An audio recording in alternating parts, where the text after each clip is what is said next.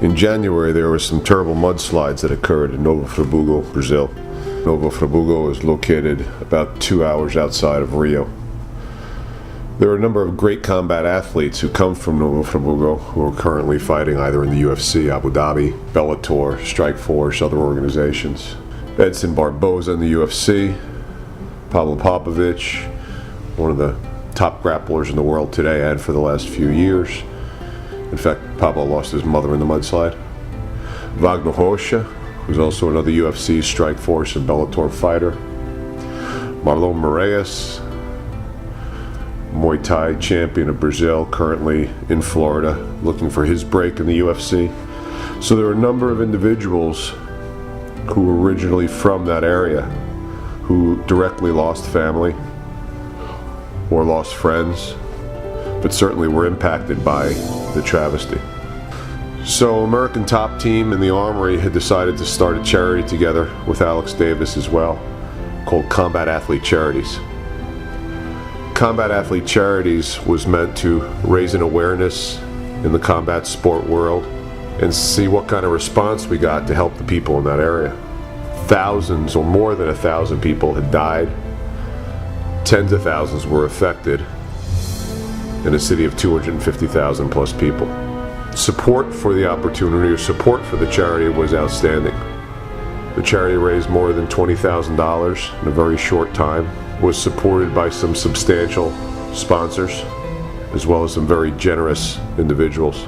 We had decided that we just did not want to send the money down to Novo Fribrugo, to some faceless organization, as we were concerned and we had heard about charities, especially in countries like this that had just gone through the devastation and there's really nobody monitoring what's going on, that all the money doesn't find the right hands. So we took our time, raised the money.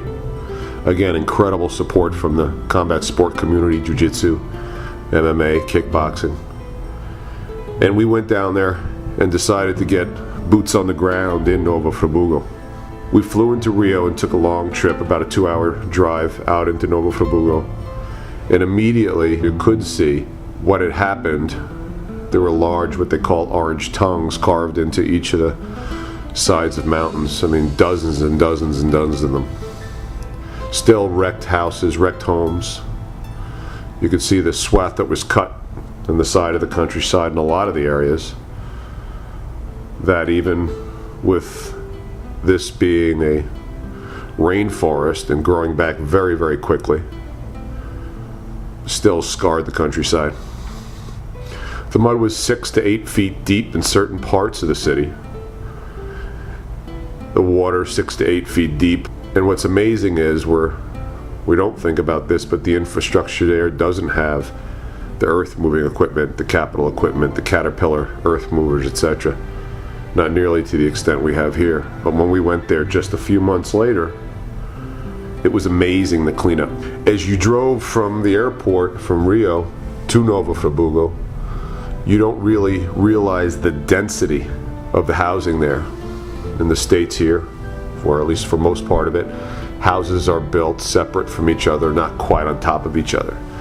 But as you drive out of Rio and that trip to Novo Fribrugo, you see favelas where corrugated shacks, wood shacks are built one on top of the other, on top of the other, like a huge Lego set.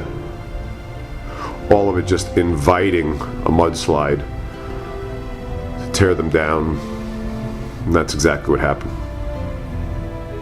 So while we were there, we had the opportunity to meet with a lot of people, chat with a lot of people, and find out the best way to support families, children, especially children who were in need. We had met with the mayor of Novo Fribrugo, had an audience with him, and he was very thankful for the support, especially of the athletes who were from the area, who are now in the United States enjoying success, remembering and reaching back and supporting their cities. He was especially thankful for the businessmen from the States who chose to help the people in Novo Fribrugo. We had spent some time in a television studio and had conducted some interviews there as well, so the awareness was raised. And we had selected a few organizations that were indeed going to put the money directly to use on the ground there, especially, as we mentioned, with children, schools that did not have support, that their equipment, their computers, their toys, their desks were washed away.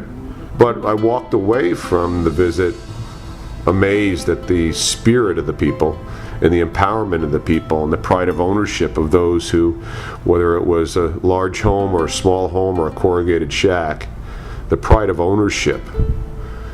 And a lot of people mentioned to me as well, the community really pulled together and they're closer than ever. So again, the country where survival and combat sports was virtually born in the modern era demonstrated again that these people truly are fighters.